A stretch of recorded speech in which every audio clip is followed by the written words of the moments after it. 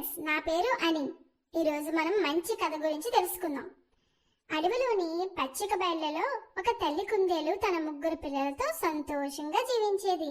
వాళ్ళు రోజంతా పూల మధ్య ఆడుకుంటూ నవ్వులు పూయించేవారు.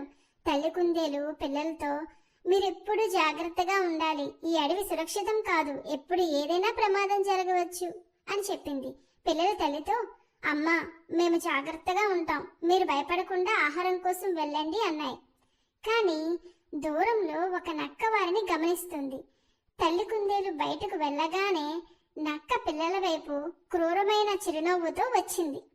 తల్లి కుందేలు వెంటనే గమనించి పిల్లల ముందు నిలబడి నక్కకు సవాలు విసిరింది. నా పిల్లల కోసం ఎంత ప్రమాదానైనా ఎదుర్కొంటాను.